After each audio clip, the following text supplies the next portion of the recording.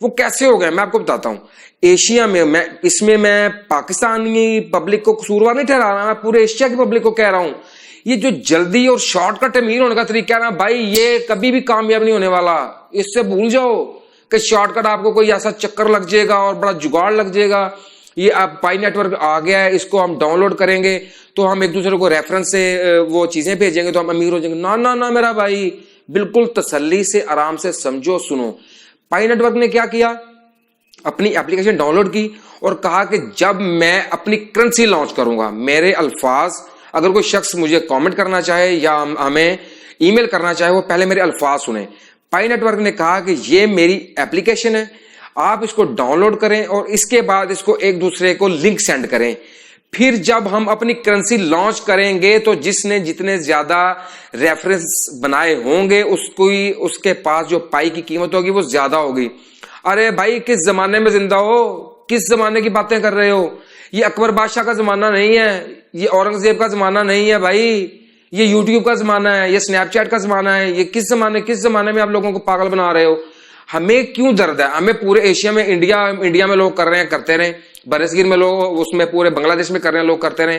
جہاں آپ رہ رہے ہو آپ وہاں کے لوگوں کو تو سمجھا تو سکتے ہو نا کہ یار بھائی جان ایسے نہیں کرو, ایسے نہیں ہوتا. کہ ایک چیز ابھی ہوگی, یہ زمانہ گے کا نہیں ہے. یہ آپ کا حال کیا ہے, ابھی تو مستقبل کا بھی زمانہ نہیں رہ گیا. لوگ فیوچر پلاننگ کر ہی رہے, کیونکہ یہ جو سائنس اور ٹیکنالوجی کی دنیا ہے اس میں ہر لمحے میں اتنی تبدیلیاں آ رہی ہیں کہ لوگوں کو پتہ نہیں لگ رہا کہ ہمارا حال کیا ہے اور ہمارا مستقبل کیا ہے. کیونکہ لوگ ایک لمحے میں حال میں ہوتے ہیں اور اس سے اگلے لمحے میں اپنے مستقبل میں موجود ہوتے ہیں. تو پائی نیٹ ورک نے کیا کیا, ابھی انہوں نے پائی نیٹ ورک نے ایک اور چیز کی بڑی زبردست. میں کہتا ہوں اس کو چلانے والے بندے بہت شارپ مائنڈ رکھتے ہیں. وہ کیسے؟ انہوں نے باقاعدہ طور پہ ایک آرمی تیار کر لی. میں آرمی نام کیوں دے رہا ہوں, کسی بھی چیز کا, کہیں بھی لوگوں کا اکٹھا ہو جانا اور کسی کے لیے کسی کے حق میں بات کرنا, وہ آرمی کہلاتا ہے. آرمی لازمی نہیں کہ اسلحہ, گولے, توپے, بم, میزائل یہی ہوتے ہیں.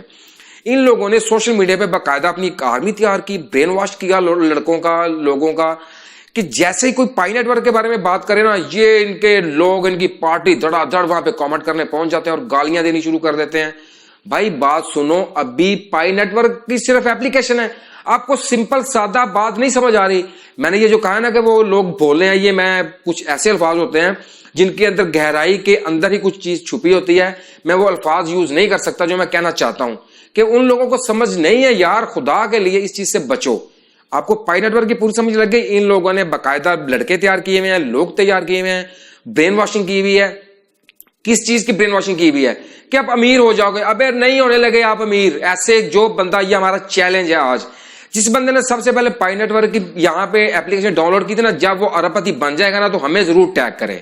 ہماری ویڈیو کے نیچے اپنا لنک ضرور دے, اپنے بینک سٹیٹمنٹ ضرور دے کہ میں نے یہ پائی سے اتنی دیر کے بعد میں نے اتنے ارب روپیہ نکلوا لیا ہے. ابھی ہم بات کرتے ہیں, پائی نیٹ ورک تمام ہو گیا ہمارا. پائی نیٹ ورک پہ آپ نے سن لیا کیا تھا. ابھی ہم بات کرتے ہیں دوسری دنیا کی بڑی ڈیجیٹل کرنسی, بٹ کوائن.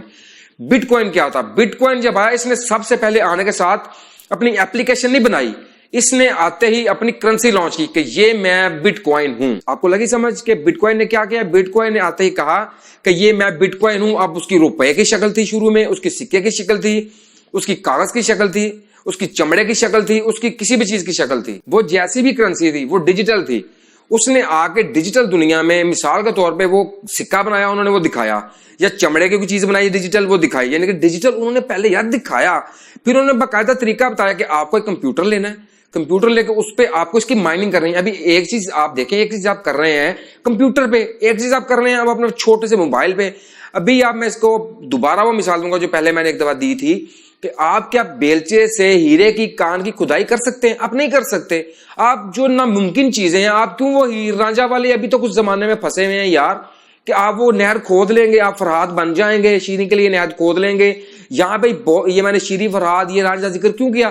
یہ بہت سے لوگ وہ والے پھنسے ہوئے ہیں بیچارے, جو شیریں کے لیے نہر کھودنا چاہ رہے ہیں, شیریں کے لیے وہ فرہاد بننا چاہ رہا ہے, کوئی ہیر کے لیے رانجھا بننا چاہ رہا ہے. کہ میں دن میں بیٹھا ہوں, فارغ بیٹھا ہوں, جلدی جلدی اس کو ڈاؤن لوڈ کری جاؤں, اوپن کری جاؤں, کلوز کری جاؤں, اس کو پائی نیٹ ورک کو تو میں امیر ہو جاؤں گا. ابھی میں آتا ہوں دوبارہ اپنی واپس بات پہ, اس پہ بٹ کوائن پہ.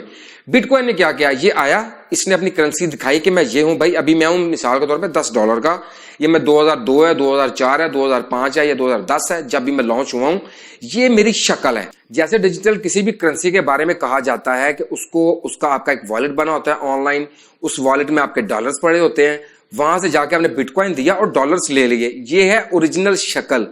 میں دوبارہ دہرا دیتا ہوں کہ بٹ کوائن کی موجودگی کا کیا چیز اس کا ثبوت ہے کہ آپ کا جو آن لائن والیٹ ہے اس میں پیسے پڑے ہوئے ہیں, اس میں ڈالرز پڑے ہوئے ہیں, آپ گئے, آپ نے ڈالرز خرید لیے.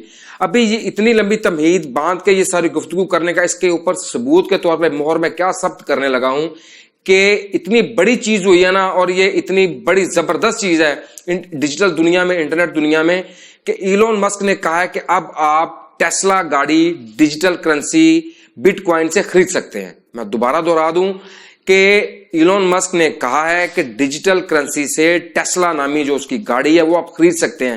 یہ ہے ایک چیز کی ویلیو. اور ابھی یہاں پہ کوئی بھی بندہ مجھے پائی نیٹ ورک سے جس نے ایک ماچس بھی خریدی ہوئی ہے نا, وہ ہمیں ضرور میسج کرے, کیونکہ بہت سے لوگوں نے ہمیں ای میلز تو کی ہوئی ہیں. پائی نیٹ ورک کی جتنی بھی یہ ٹیم ہے, انہوں نے جو یہاں پہ بیٹھ کے اس کو ہینڈل کر رہے ہیں, جو لوگوں کو پاگل بنا رہے ہیں, ان لوگوں نے ہمیں بہت سی ای میلز کی ہوئی ہیں کہ تم یہ کیوں لوگوں کو بہکا رہے ہو, یہ کر رہے ہو, تم پاکستان کو ڈیجیٹلائز نہیں ہونا دینا چاہتے. ارے بھائی ڈیجیٹلائز کیسے ہوتا ہے؟ ایسے ہوتا ہے ڈیجیٹلائز کہ ڈیجیٹل کرنسی کی پاور مانی جائے. جیسے ایلون مسک نامی کمپنی, اس کی کمپنی نے مان لیا اور ایلون مسک نے اعلان کر دیا کہ آپ میری گاڑی ٹیسلا ہے جو وہ بٹ کوائن دے کر خرید سکتے ہیں. تو میری یہ گزارش آج ان تمام دوستوں کے ساتھ تھی جو پائی نیٹ ورک پہ دیوانے ہوئے جا رہے ہیں. بھائی آپ کو اگر اتنا ہی شوق ہے ڈیجیٹل کرنسی کا, تو پہلے بھلا کیا کرو, پہلے اچھے سے کوئی 10-12 لاکھ روپیہ لگا کر, 15-20 لاکھ روپیہ لگا کر اچھا سا کمپیوٹر بنواؤ, پھر جیسے جو اس کا بٹ کوائن کا سسٹم ہوتا ہے مائننگ کا وہ کرو, پھر آپ کو پیسہ ملے گا. اور اگر آپ سوچ رہے ہیں نا کہ موبائل سے ہی آپ کو مل جائے گا, تو وہ نہیں ملنے والا.